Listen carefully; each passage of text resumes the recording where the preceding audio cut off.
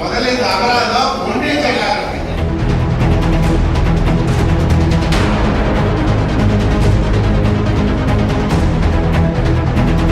ஒன்றிய செயலாளருக்கு தான் முதல் அபராதம்னு சொல்ல நடந்தது என்ன? ஒரு பொதுக்கூட்டத்துக்கு சென்றாலோ, மதுராந்தக எந்த ஒரு போலீஸ் ஸ்டேஷன் சென்றாலோ அல்லது ஒரு தாலுகாசு பிரச்சனைக்கு சென்றாலோ நம்ம 10 பேர் வேட்டி கட்டி போனோம்னா நம்மளை திரும்பி பார்ப்பாங்க. கட்சி வேஷ்டி அணியாதவர்களுக்கு இப்படி ஒரு சிக்கலா? முதல்ல இந்த அபராதம் ஒன்றிய செயலாளர்.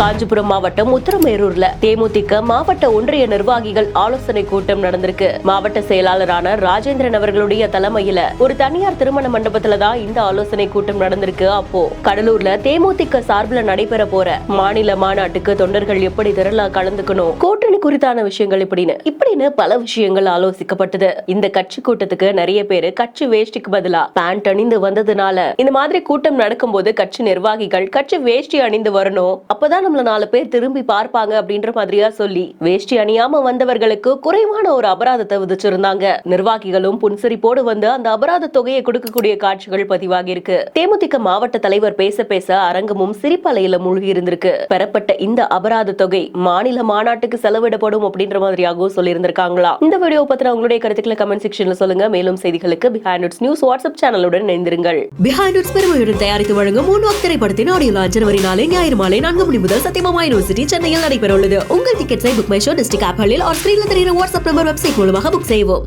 See you there.